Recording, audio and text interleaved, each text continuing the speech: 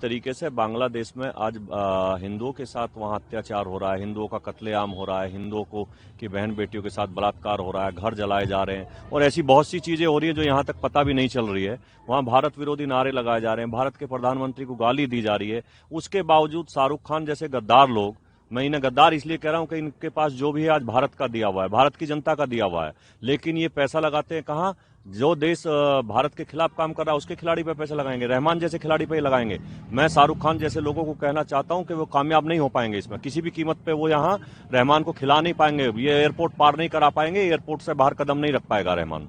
राष्ट्रद्रोही तक आपने उनको कहा है। मैं तो कह रहा हूँ देशद्रोही हैं ये लोग, शाहरुख खान जैसे लोग देशद्रोही हैं और ये खाते भारत का है और गुण गाते हैं पाकिस्तान और बांग्लादेश के। जिस तरह वहाँ पर मौत हो रही है हिंदू जो रहने वाले, ये दुर्भाग्यपूर्ण विषय है और भारत सरकार इस पर नजर लगाए हुए है और इस पे आप निश्चित रहिए कि दुनिया में कहीं भी अगर हिंदुओं के साथ अत्याचार होगा तो हम सब लोग खड़े हैं और भारत की सरकार भी खड़ी है। आईपीएल में उन्होंने खिलाड़ी तक खरीद रहे हैं। मैं वही आपको बताया ना, यही देशद्रोही का काम है।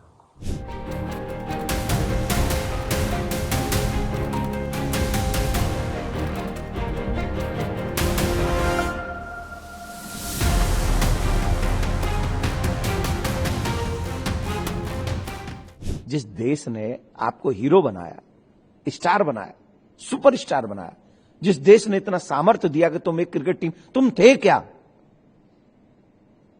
तुम एक सीरियल में काम करते थे, छोटा सा काम, 500,000 रुपए पर डे पे काम करते थे।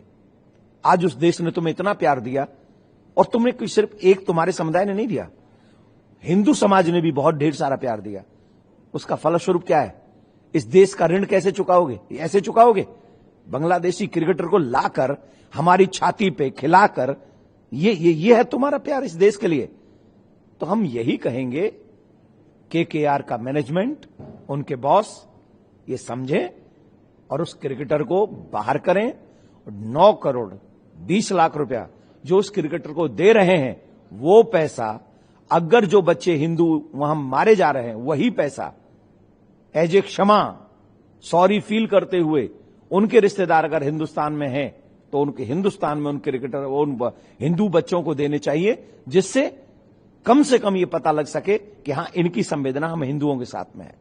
सर आप या तुम्हें बांग्लादेशी क्रिकेट चाहिए, हमसे बात करें ना। केकेआर मैनेजमेंट हमसे बात करे, उससे अच्छा बॉलर दे दें, ऑलराउंडर दे दें, हिंदू दे दें, ऐसे ऐसे हिंदू दे दें कि मतलब वो मालिक आके खेलने लग जाए तो एक बॉल ना खेले उन पे, और एक बॉल ऐसी न कर सके जिसमें चौका छक्का न पड़े उनकी पे। केकेआर का मालिक ही करे बॉल उनको, मैं ऐसे खिलाड़ी दे देता हूं उनको।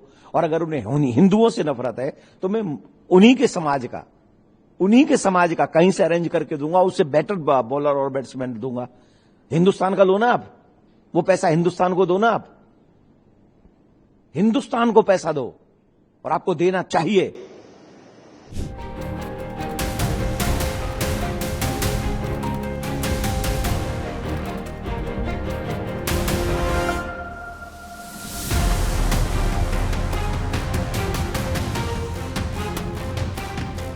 जो देश में माइनॉरिटी के लोग सुरक्षित नहीं, वो देश कभी भी तरक्की नहीं कर सकता। मैं शाहरुख खान जी से बोलना चाहूंगा कि अगर हमारे देश के लोगों पर अगर ऐसा अन्याय हो रहा है उस दूसरे देश में, वो जबकि वहां माइनॉरिटीज है, तो हमको हमारे लोगों के लिए उन प्लेयरों को बैन करना चाहिए, उन लोगों को खेलने से मना करना चाहिए, तभी जाकर एक मैसेज जाता है। और मैं हमारे जो देश के माइनॉरिटी मिनिस्टर है श्री किरण रिजिजू जी, उनको एक पत्र लिखने वाला हूं और उनसे कहने वाला हूं कि भाई आप वहां के जो माइनॉरिटीज है उनकी सुरक्षा को सुनिश्चित कीजिए, सरकार से बात कीजिए और उनको कैसी सुरक्षा दिलाई जा सकती है उसके लिए काम करें।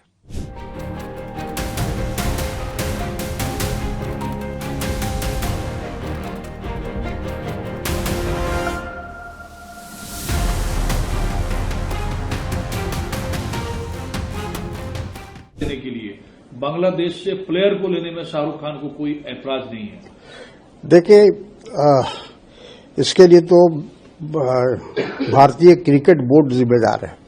क्रिकेट बोर्ड ने अगर उसकी इजाजत दी होगी तभी शाहरुख खान बांग्लादेश से या किसी भी देश से जो प्लेयर मंगाए जाते हैं उसमें जो लोकल क्रिकेट बोर्ड का उसमें परमिशन आवश्यक होता है।